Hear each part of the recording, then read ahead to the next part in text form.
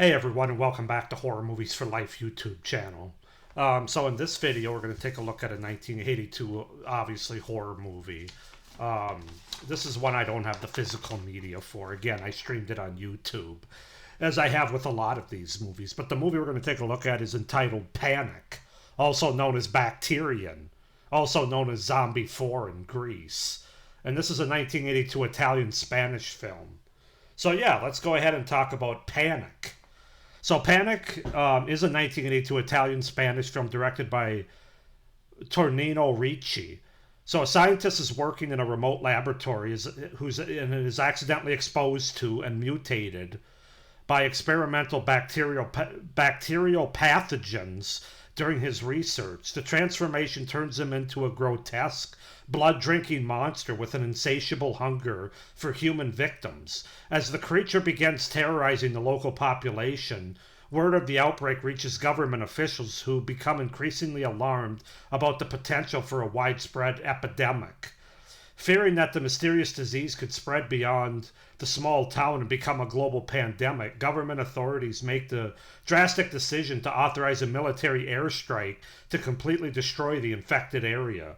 The extreme measure would eliminate not only the monsters, but also over 1,000 innocent civilians living in the town. So that's kind of the setup, the premise, the beginning of Panic from 1982. As far as the cast goes, we have David Warbeck as Captain Kirk. Not that Captain Kirk. Janet Agron as Jane Blake. Roberto Ricci as Professor Adams. Jose Lafonte as Sergeant O'Brien. And Miguel Herrera as Professor Vance. Or Professor Vince. So yeah, that's the setup, the premise, and the cast for the 1982 movie Italian-Spanish film Panic. This was kind of one of those so bad it's good movies, I would say. I was fairly entertained by the movie for reasons that I'll get into.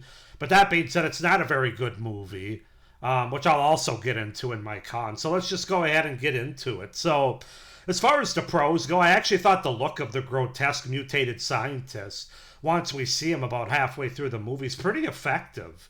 Where he's got like this really like almost burned skin, but it's like this grotesque skin and it like bubbles and moves. Especially in one particular scene towards the end of the movie, it's really pretty gross looking, as the word grotesque would make you believe. But I think in a good way. I thought the makeup effects there were very solid, and I wasn't expecting that, especially for a low budget movie like this from 1982. So that's the first thing that really stood out to me, and very much a positive. There's a decent amount of blood and gore, mostly the aftermath of victims that are killed. Not necessarily while they're being killed, which I'll get into with my cons, but when they stumble upon the body post-deceased, they do show a fair amount of blood and gore. A lot of the blood and gore you see during the kills is when the mutated monsters like grabbing onto somebody's ankles or legs and like ripping the flesh a little bit. But yeah, that was one thing that stuck out to me as well. Also, David Warbeck, he has such a presence on screen. It was enough for me, with him being in the movie, to keep me engaged in the movie. He just kind of plays a no-nonsense kind of character that you could really get behind with what he's trying to do in this movie. And frankly, as I'll get into my cons, some characters annoyed me that they were trying to prevent him from doing what needed to be done. There were some pretty good scenes of tension and build-up, I felt like, especially there's a woman that's in a shower, and I thought the POV shots that take place there as he was creeping up on the shower were pretty well done. Also, there's a movie theater scene towards the end of the movie that I thought was pretty good as far as building up tension. The affected scientist, a mutated scientist, ripping through the screen, and all the patrons in the theater running like hell. I thought those were effective scenes overall for the most part. I did like the POV of the mutant scientist earlier in the movie, like the first, I don't know, 30%, 35% of the movie. You don't actually see the look of the mutated scientist. You just see like this point of view shot of who's ever doing this. And I thought that added to the mystery part of it in the first part of the movie very effectively. We're not quite sure who's doing this at first, so it provides a good mystery aspect before we actually see the mutant. And then my final pro is I would say this is just an overall fun enough, so bad it's good kind of Italian Spanish horror movie. Where again you got some blood, you got some gore, you got David Warbeck as Captain Kirk, you got a little bit of a mystery going on. But yeah, it definitely falls into the so bad it's good category for me. As far as cons go, the obvious dubbing once again isn't too good as usual. I'm not going to go on another tangent about that. How I'd rather just have the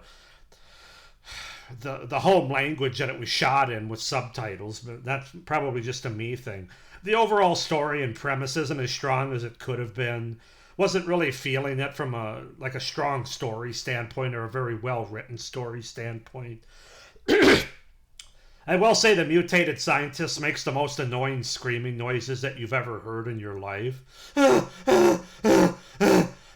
Almost like panting noises, and it's just, I don't know, I wanted to punch him in the face, besides the fact that he was killing people. It was just very annoying. Very annoying noise that he makes. The kills are quite aren't quite as on screen as I would have liked, or as graphic as I would have liked. They're more cutaway kills, off-screen kills. As I mentioned in my pros, you see kind of the aftermath of that, which is good, but you don't actually see much happening on screen. The character of Jane specifically was annoying for no reason, causing danger to other characters, especially Captain Kirk, played by David Warbeck. I just really didn't like her character. I really didn't understand why. I mean, I understood that she worked with this scientist, but she has to know it's not the same guy anymore. And she went out of her way to either get in the way of their investigation or trying to track him down and killing him. And I just really hated her in a large way in this movie. Although she looks good. It could have been more effective if there was more than just one person on the loose or causing the problems.